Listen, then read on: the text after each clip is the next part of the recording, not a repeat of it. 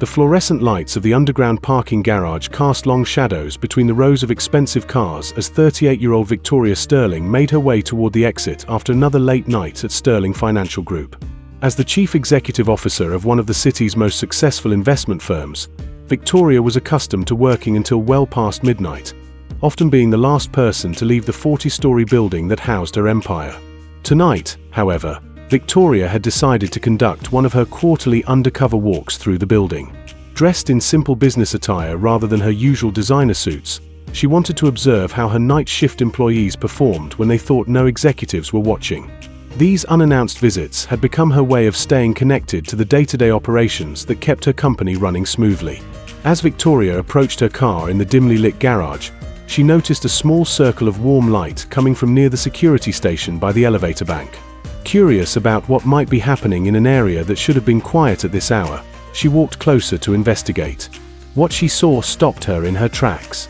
A young man in a security guard uniform was sitting on a concrete ledge near the wall, using a small battery-powered lantern to illuminate the pages of a thick textbook. He appeared to be in his late 20s, with dark hair and the kind of intense focus that comes from someone deeply committed to learning. Despite the uncomfortable surroundings and inadequate lighting, he was taking careful notes in a notebook balanced on his knee. Victoria watched for a moment, impressed by the dedication this employee was showing to his studies. She could see titles of other textbooks stacked beside him, all related to business and finance. This was clearly not casual reading, but serious academic work being pursued under the most challenging circumstances. "Excuse me," Victoria said gently, approaching the security station. "I am Victoria from the executive offices upstairs. I was working late and could not help but notice your dedication to studying down here." The young man looked up quickly, clearly startled to encounter anyone in the garage at this hour. He immediately began gathering his books, assuming he was in trouble for studying during his shift. "I am sorry," he said, standing respectfully. "I am Daniel Martinez, and I work the overnight security shift.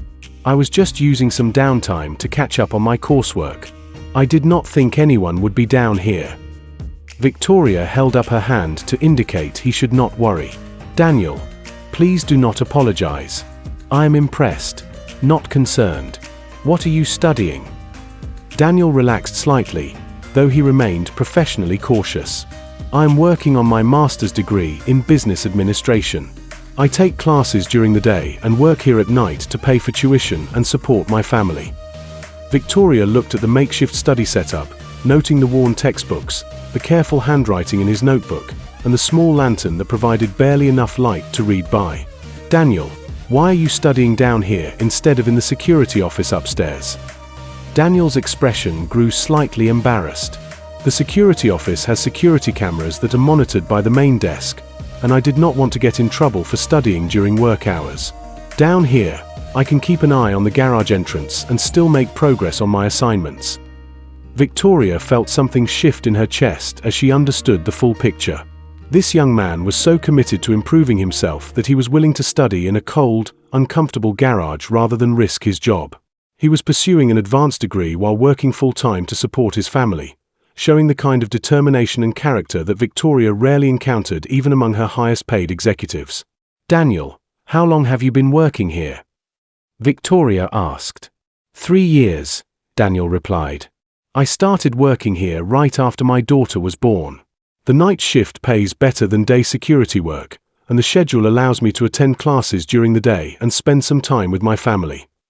Victoria looked at this dedicated employee who had been working in her building for 3 years without her ever knowing his name or his aspirations. "Tell me about your degree program. What do you hope to do with your MBA?" Daniel's eyes lit up with the kind of passion that Victoria recognized in successful entrepreneurs.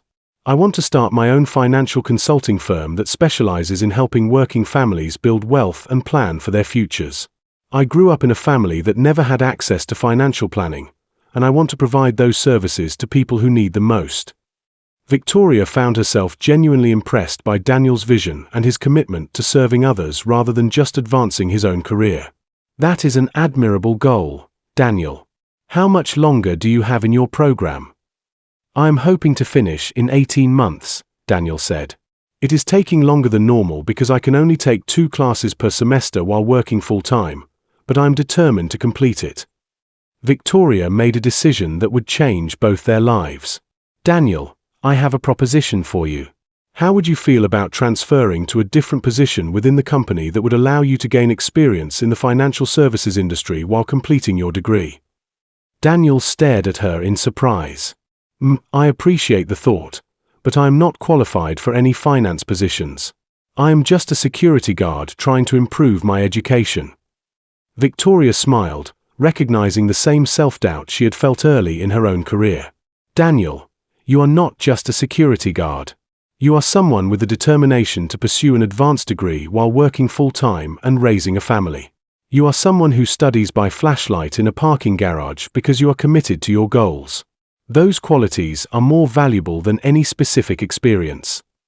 Over the following weeks, Victoria worked with her human resources department to create a paid internship position that would allow Daniel to work in the financial planning department during the day while completing his MBA at night.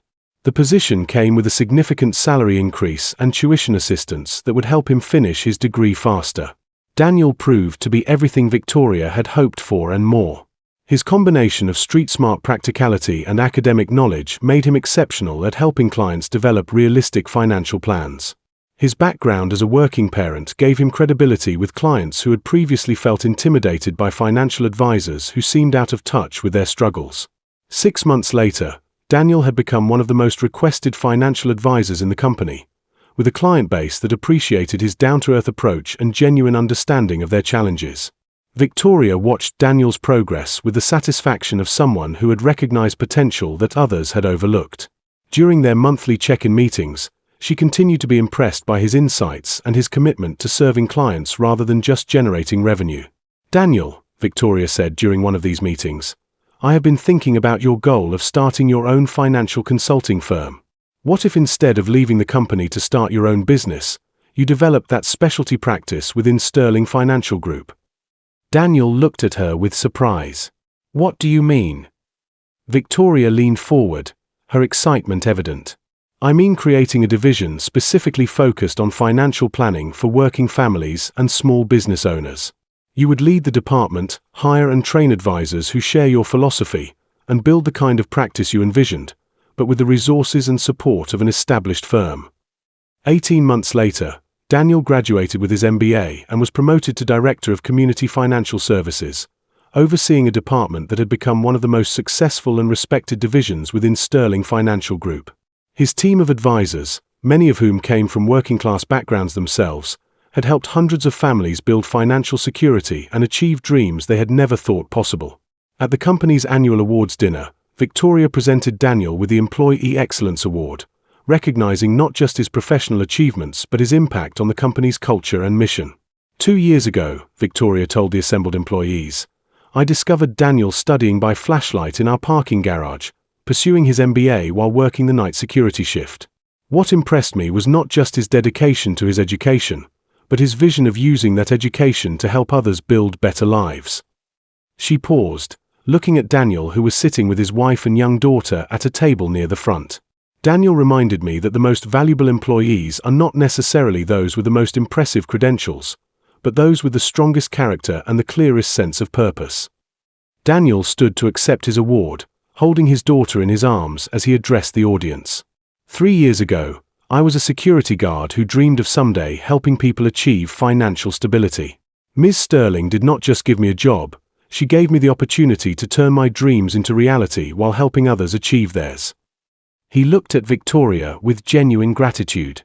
"She taught me that sometimes the most important light is not the one that illuminates the page you are reading, but the one that helps others see possibilities they never knew existed." After the ceremony, Victoria walked through the parking garage where she had first encountered Daniel studying by his small lantern. The security station was now staffed by someone else, but Victoria had made sure it was equipped with proper lighting and a comfortable chair for anyone who wanted to use downtime for personal development. As she stood in the spot where